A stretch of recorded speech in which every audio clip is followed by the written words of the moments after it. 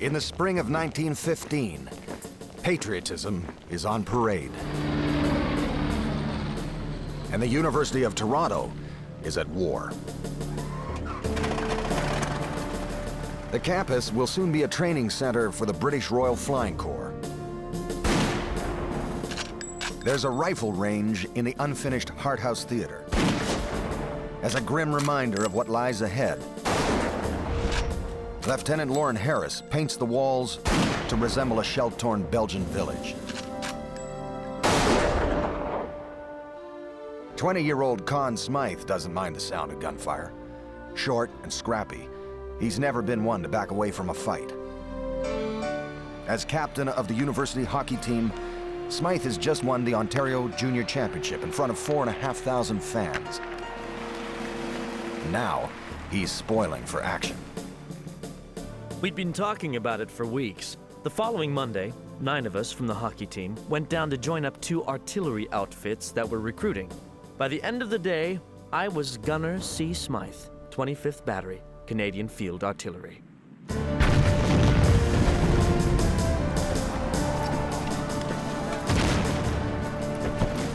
The First World War is the bloody triumph and tragedy of a generation. As Canada grows into nationhood, hockey comes of age. From the ruins of Europe, our game is celebrated as the best in the world. The war changes women in society and in hockey. The NHL is born, and the game expands as never before. Empires are built, and a legend in blue rises out of Toronto as the sounds of hockey sweep across the land.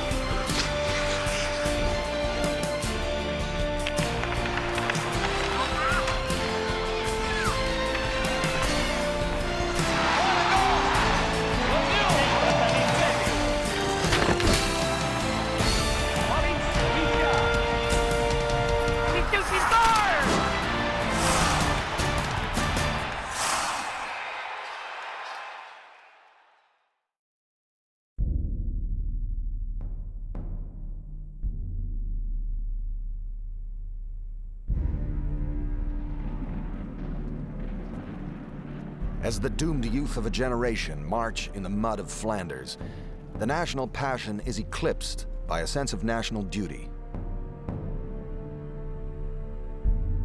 Canada needs soldiers. Recruiter and hockey veteran Captain James Sutherland urges hockey players to swap their team colors for khaki. With every man doing his bit, Canada will raise an army of brain and brawn from our hockey enthusiasts, the likes of which the world has never seen. The bell has rung. Let every man play the greatest game of his life. There wasn't a sense of how horrible this war would be. It was an adventure. It was a great adventure. It was you and your chums side by side fighting against an enemy. I mean, bigger and better than any sports match could be. How could you resist it? In Stratford, Ontario, 16-year-old Howie Morenz is instantly hooked. And when he disappears, his family assumes, as always, he's off to play hockey. His sister Gertrude remembers the day he didn't come home. Mother became alarmed and started a search for him. All the neighbors helped us comb Stratford thoroughly, and Mother became frantic. Howie had slipped out of Stratford, lied about his age, and enlisted with the Governor General's Horse Guards. His mother storms the recruiting office, waving Howie's birth certificate, and his military career is over. Mrs. Morenz had hoped Howie might stay in school or learn a trade. But fate has a different destiny for the kid the hockey world would one day know as the Stratford Streak. Back in Toronto, Lieutenant Constantine Smythe fits perfectly into the Army. He thrives in a world where orders are given and decisions taken. Somebody asked me once whether soldiers talked much about fear of being wounded or killed. I never heard that during World War I. It was always the fear that we wouldn't get there. Smythe joins an artillery battalion, nicknamed the Sportsman's Battery because it has 10 of the best hockey players in Ontario. A few days before they ship out, Smythe arranges a game against the Toronto Argos in the old Mutual Arena. As coach, he places a $3,000 bet and makes a rousing speech to his players. I stood up in front of the team and told them every nickel this hockey team had in the world was riding on this game. Motivated, if not inspired, the Sportsman's Battery wins the game and the bet and boards the troop ship $7,000 richer. Smythe keeps a share of the winnings to buy a lavish dinner for the battery every Christmas until the end of the war. As the fighting drags on, every year there are more empty chairs at the Christmas table. Lieutenant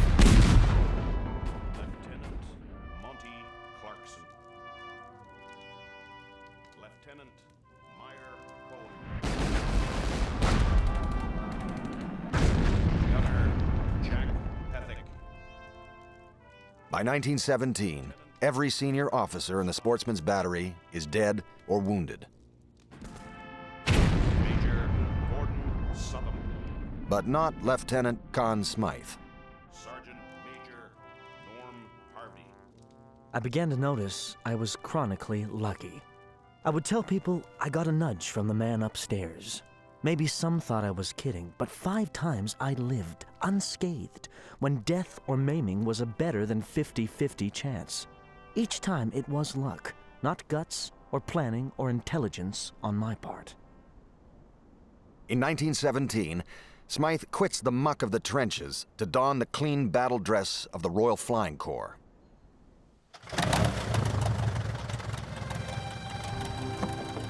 He earns his wings and goes back to war as an aerial artillery spotter.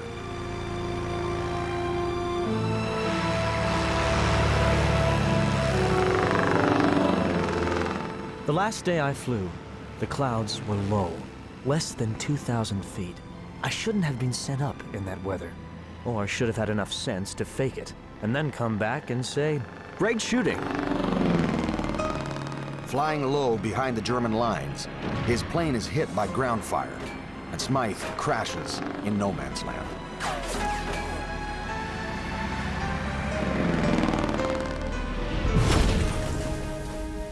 He's listed as missing in action. For his family back home, that's the cruel code for almost certainly dead. They wait for the knock on the door that means Conn's luck has finally run out.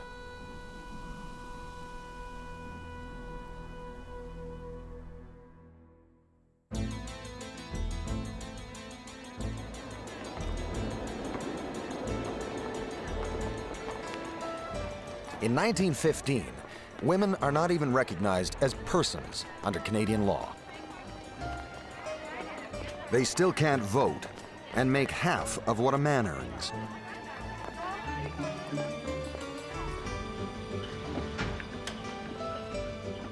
But the necessities of war have pulled women into the workforce as never before.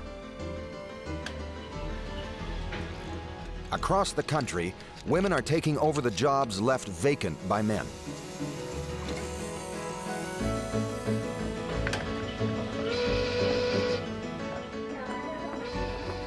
And the factory workers, shop clerks, and secretaries who work together start playing together.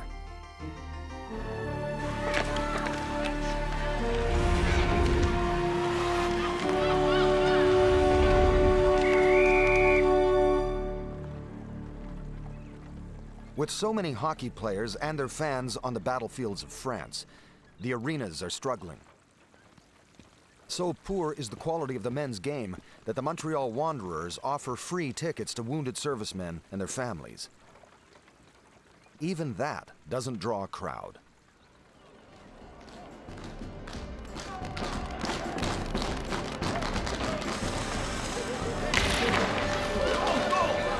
But women's hockey finds an audience hungry for their game.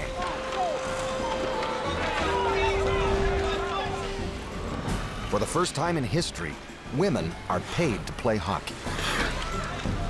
It's entertaining, it's rough, and the sports press has something new to write about. Casualties were heavy. Miss Hill of North End Stanley received a stick across the face. Miss Albert of Telegraph gained a black eye. It was real hockey, and the checking was close and cruel, and caused numerous thumps on the ice of the sort that make the hairpins jump out.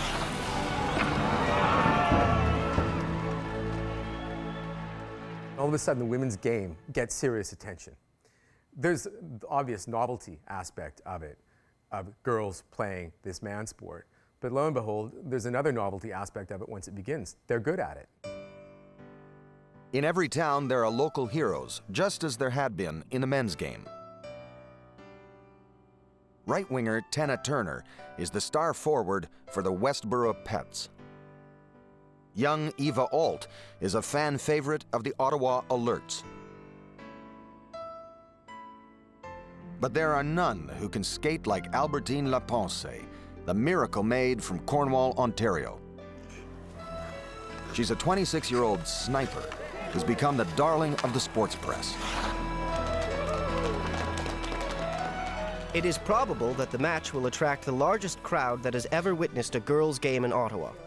Miss Albertine Lapense will be the center of attention when the Cornwall team skates out. The gallant little lady has gained fame as the queen of all lady hockeyists. She scored 15 goals in a recent game.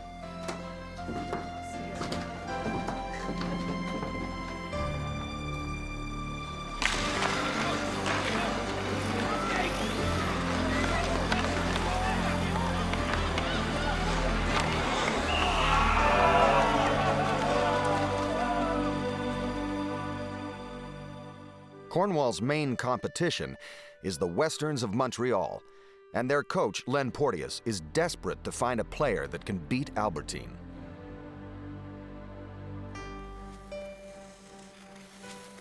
First, he recruits Agnes Vautier, a left winger from Montreal. They call her the female Nuzi Lalonde.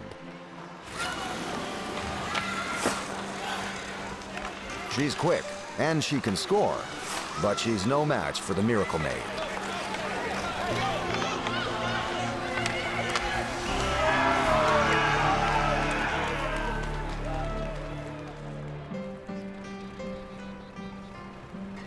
Coach Porteous spends days on the road, scouting every small rink in the Quebec countryside. And in the village of Woodlands, outside of Châteauguay, he finds his ringer.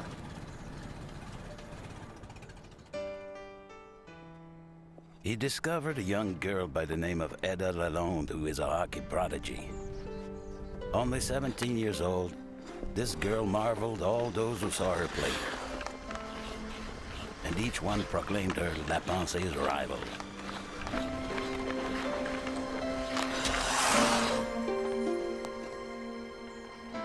But on the eve of her first game, Ada gets cold feet.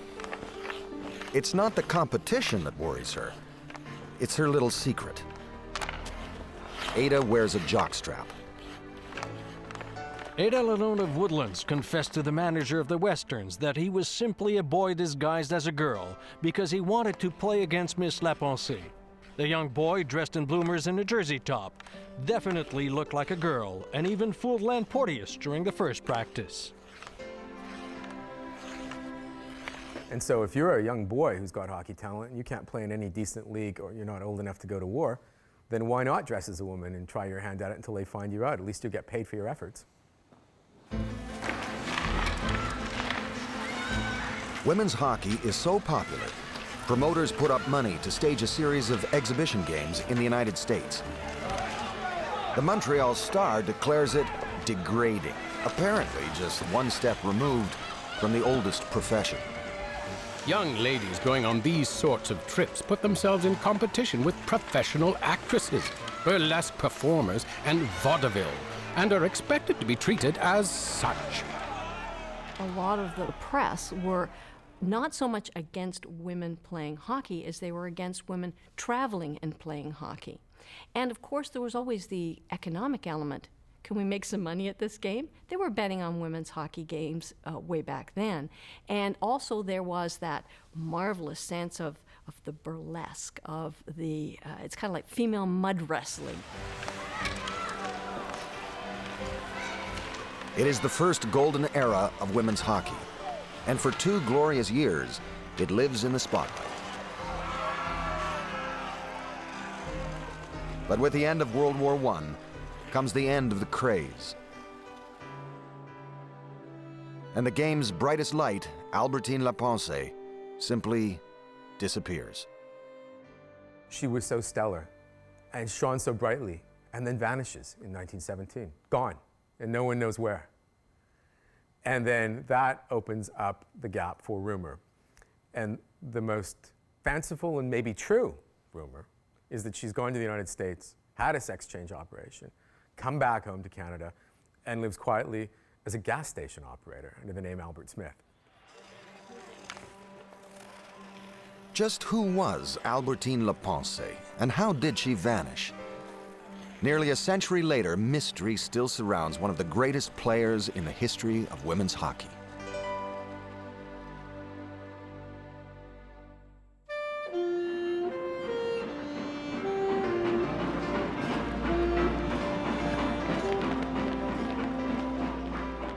In 1919, Canadian soldiers are coming back from the war, coming back to a changed country.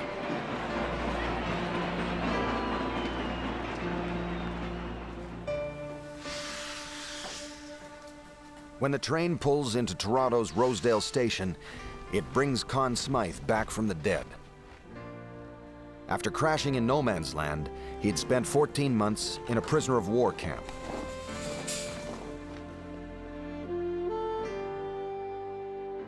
"4 years of my life were gone that I would never get back. I was 24 and hadn't done a thing yet, but I was going to make up for it. Of that, I was damn sure." Opportunity is on the horizon, and Smythe will take it with both hands. But the doors don't open so easily for everyone. In Winnipeg, Frank Fredrickson and his friends are also returning veterans. But they're first-generation Icelandic Canadians. The locals call them ghoulies, second-class citizens. Before the war, Fredrickson was a top-notch hockey player with the Falcons. They had trouble getting ice time then, and nothing has changed now. We found that the reason we couldn't get into the senior league was because the players were from well-to-do families and wanted no part of us. But they couldn't quite get away from us that easily. They've shown in the war that they are fine citizens, but the war's over. We want the world to go back the way it was, and in Winnipeg that means white Anglo-Saxon Protestants call the shots, and Lutheran Icelanders do not. And so once again, they're barred from the top leagues in Winnipeg and have to find somewhere else to play. But the Falcons will get their chance in 1920. Hockey's popularity is growing in Europe, and for the first time, it will be played at the Olympic Games in Antwerp, Belgium. Canada will send the winners of the Allen Cup, awarded to the country's best amateur team. And the Falcons intend to be that team.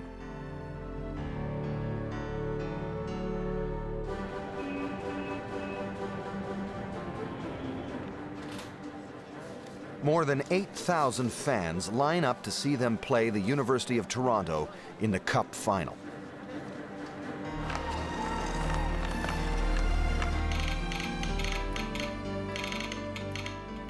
Back in Winnipeg, the Free Press is running a special Allen Cup bulletin service, calling the play-by-play to hundreds of fans gathered on the street.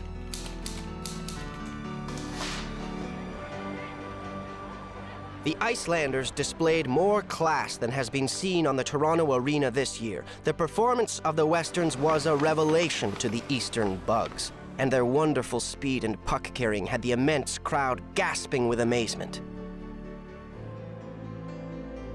The Falcons win 3-2, and suddenly they're heroes.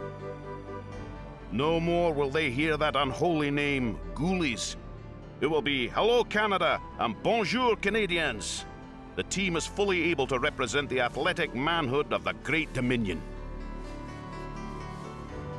With a set of new clothes, the Falcons catch the first boat to Europe.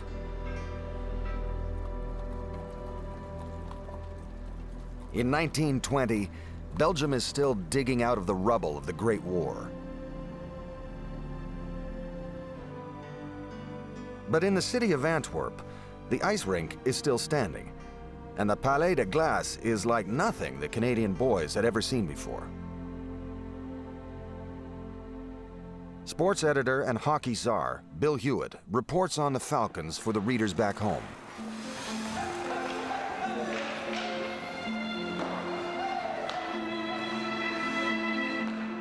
Chairs and tables remained on elevations on the other side, and spectators dined and drank as they watched the various nations play hockey. A really good orchestra played tirelessly from early morning until late at night.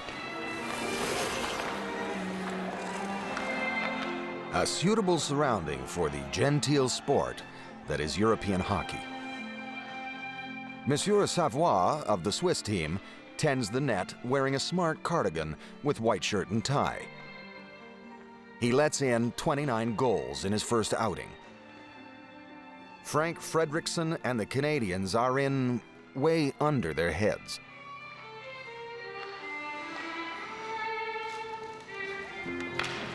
All through the tournament, we tried to limit ourselves to 14 or 15 goals a game against the European teams.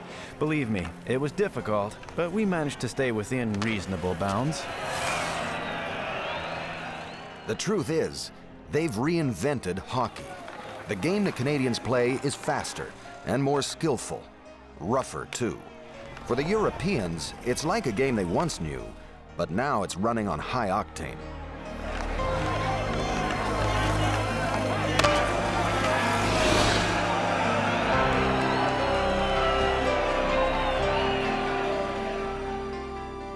The Falcons romp through the tournament. In the gold medal game, they meet the Swedes.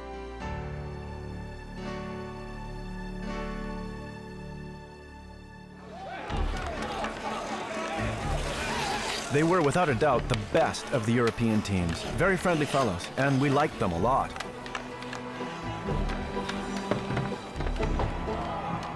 As a gesture of goodwill, the Falcons deliberately trip up and give the Swedes a break. They let them score a single goal. I guess it's safe to confess that we gave it to them. The Swedes went wild. They were yelling and cheering, shaking hands with themselves, shaking hands with us. It was great. But that was all the Swedes would get. The Falcons win the game 12-1. The team that couldn't find a game at home wins the first Olympic gold medal ever awarded for hockey. Defenseman Alan Woodman writes home. Dear Mother, since you last heard from me, I have become one of the world's champion hockey players, and His Royal Nibs, Prince Albert, is going to give me a gold medal and a signed diploma confirming my ability as a hockey player. You see, Mother, I really am coming along very nicely in this old world.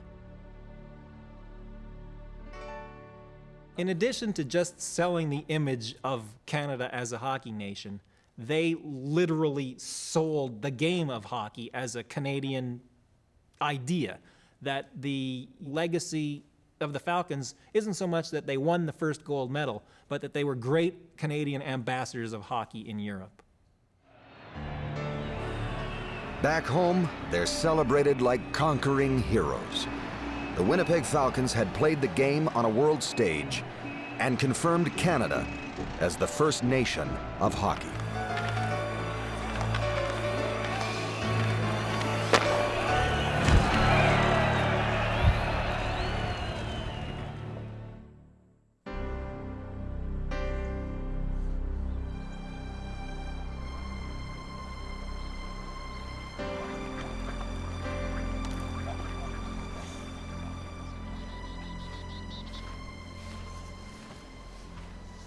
Howie Morenz may have been saved from the trenches by his mom, but even she can't keep him in school. At 17, Howie quits to go work in the Stratford railway yards.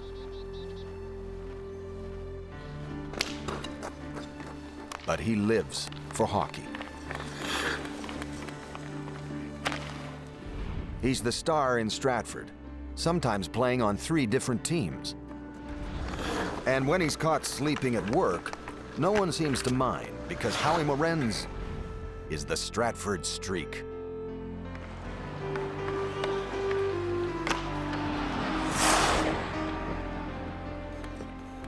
News of the hockey marvel reaches the desk of Leo Dandurand in Montreal. He and his partners are sportsmen and gamblers. They own racetracks and bookie joints, and they've just bought the Montreal Canadiens for $11,000. When Dandurand signs Howie Morenz to a contract in 1923, he thinks he's just made the deal of his life. But a month later, he gets a surprise in the mail. Dear Sir, owing to several reasons, I find it impossible to leave Stratford. I'm sorry if I've caused you expense and inconvenience, and trust you will accept the returned contract in a sportsmanlike way. Yours truly, Howard Morenz. Dandurand confronts his young protege at a face-to-face meeting in Montreal. Alone and far from home, the small-town kid breaks down. I'm too light, and the league is too tough. I don't believe I'm good enough to make a place on your team, and you will be everlastingly sorry you forced me into pro hockey. You'll have to take the responsibility of depriving me from my livelihood and my amateur standing. My whole life will be ruined. Dandurand sends Howie home with a piece of advice, half encouragement, half threat. Remember, I am confident you will make good in the NHL, and I expect you to report to our training camp on the 15th of November.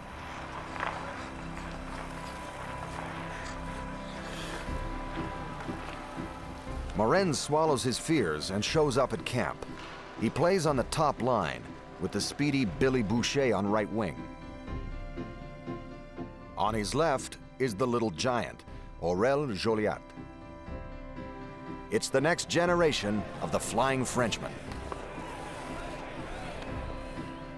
Minding the net is the Iceman, the 6-foot Chicoutimi cucumber, Georges Vezina. After the first practice, Vezina tells Dandurand the kid's gonna be a star. Howie was a skater. He was the kind of guy who could go around defensemen, make them look like a pylon. He's in the tradition of Rocket Richard. He's in the tradition of Guy Lafleur, in the tradition of Yvan Cournoyer. And the true measure of it is that people who went to see hockey games, who'd never seen a hockey game before, the name they always remember coming out of the arena, having seen their first game, was Howie. He was the guy they always noticed. Dandurand now has a powerhouse team in a rinky-dink league.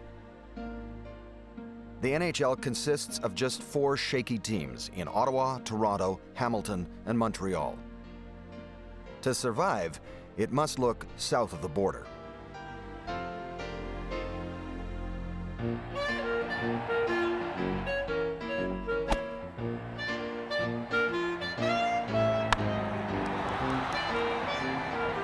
The 1920s are the golden age of sport in the United States.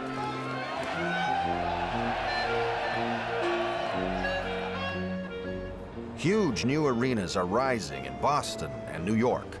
There are markets and millionaires to be exploited. And Leo Dandurand knows how to sell the game.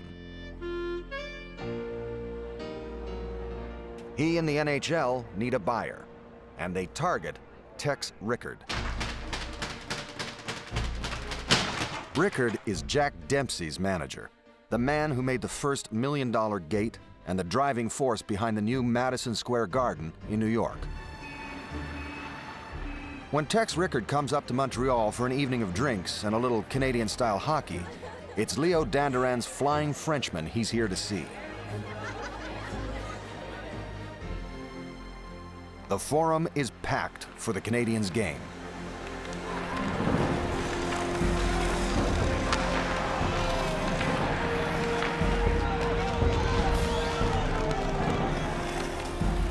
Rickard can't take his eyes off Howie Morenz. He sees the screaming fans and the power of the game.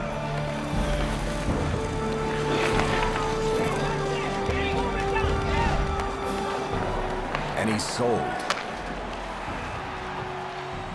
Rickard promises to put ice in Madison Square Garden on the condition that Howie Morenz and the Flying Frenchman are there for the opener.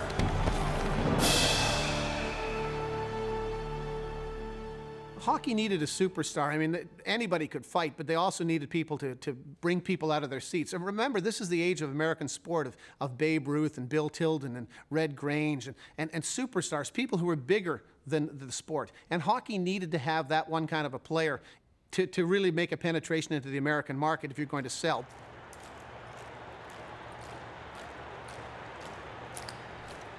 December 15th, 1925. Opening night in Madison Square Garden. There's a fresh sheet of ice and a new team, the New York Americans, waiting for the Canadians.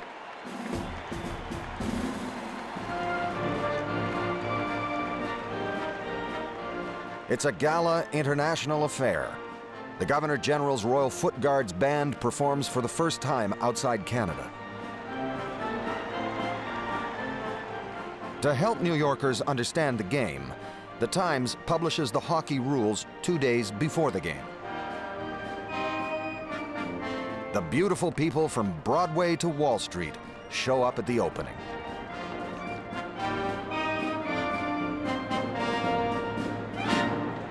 There was a buzz from one end of Manhattan, indeed through all the boroughs. This was going to be the most exciting thing that had ever hit New York. There was going to be speed. There was going to be violence. I remember the great story about him always parking a couple of ambulances in front of Madison Square Garden before the game. Sort of there's going to be bloodshed here. Tex Rickard understood how to put something on Broadway and how to play it up big. As the teams line up on the ice, WJY Radio begins its hockey broadcast. This is Major J. Andrew White speaking to you from the beautiful new Madison Square Garden. It's going to be a magnificent... The New York Americans are a sea of color, covered in red stripes and white stars. Canadians left winger Aurel Joliat is charmed. What a surprise to see the Americans in those uniforms. They looked like they'd come right out of a circus. We didn't know whether to play hockey against them or ask them to dance. It was New York not only against Canada, it was New York against those marvelous Flying Frenchmen who themselves brought this aura of exotic to New York.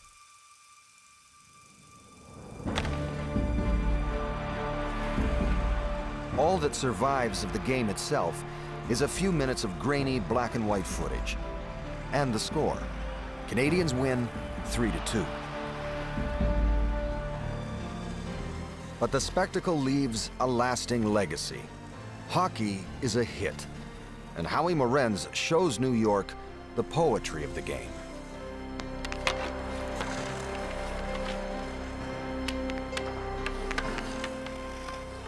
It's like ballet on ice. It really is. If you understand how graceful ballet is, the sport of hockey is like that all the way back to the 20s. You got to be able to skate. And so we combine that with a competitive side, and we combine it with a physical aspect, but it's ballet on ice. It's something special. By the end of the 20s, the NHL has grabbed a toehold in the richest market in the world. There are hockey teams in Boston, Chicago, New York, and Pittsburgh. And as the game grows in the United States, a legend in blue is rising in Toronto.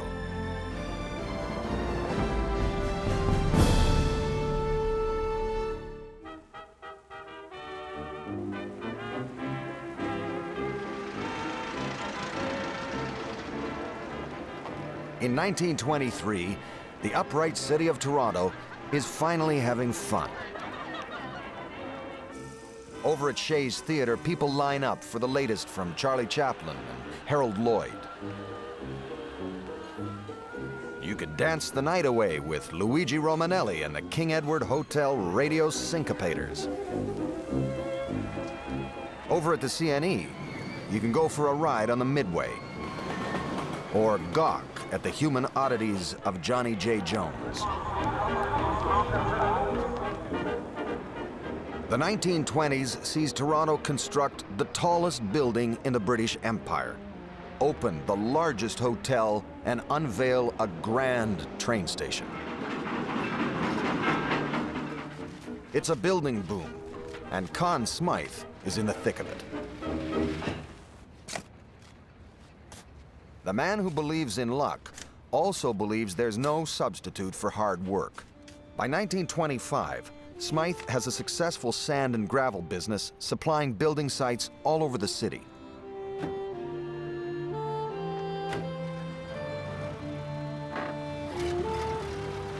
But he's never far from hockey. On weekends and evenings, he'll take any job: referee, goal judge, scorekeeper, or coach. Word spreads that Smythe is a gifted manager with an eye for talent. It lands him a big-time job: head coach of the NHL's newest franchise, the New York Rangers. It seems like an ideal fit. But Conn Smythe's ambitions are too big, even for New York.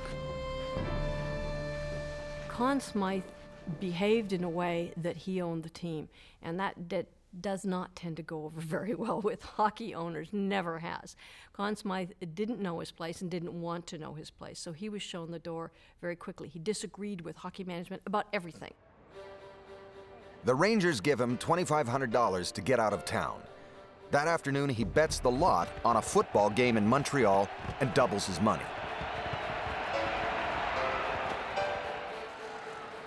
That night, he doubles it again on a hockey game in Toronto. Just like that, he's up $10,000. And now that he's got the cash, he's looking for revenge. 3 months later, he gets his chance when he's asked to coach the worst team in the NHL, the Toronto St. Pats.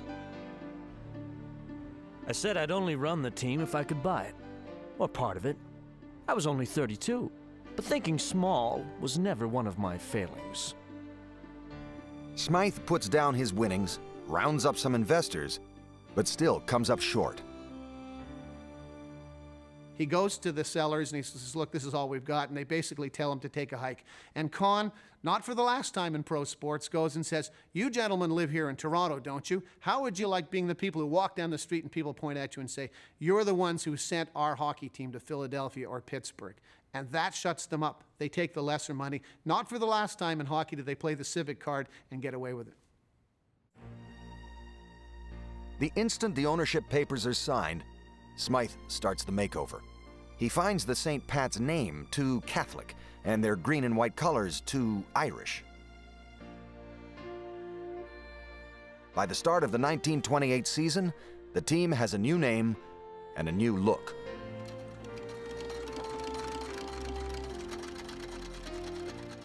I had a feeling that the new Maple Leaf name was right. Our Olympic team in 1924 had worn maple leaf crests on their chests. I had worn it on insignias and badges during the war. I thought it meant something across Canada.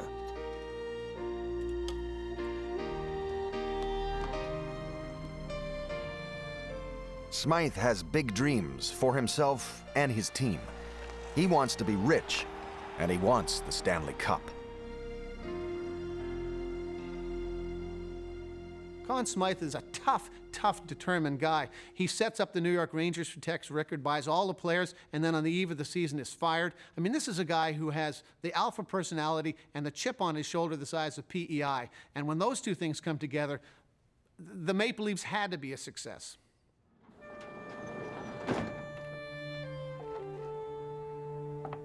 In the spring of 1930, with Canada in the depths of the Great Depression, Smythe does the unthinkable. At a time when building even a hot dog stand seems foolish, Smythe sets out to build the Maple Leaf Gardens. But he's a man who knows how to sell a dream. He wheedles money from bankers and gets the Eaton's Company to sell him the land at a cut rate. The architects work on margin, contractors take partial payment, and many workmen get their wages in Maple Leaf Gardens stock.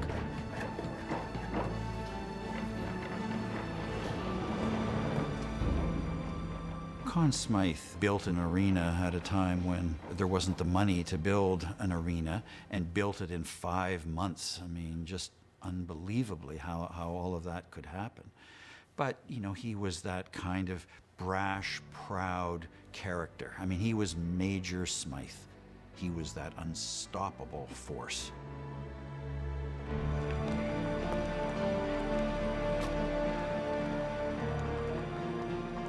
In November 1931, the finest indoor arena on the continent opens to a sellout crowd.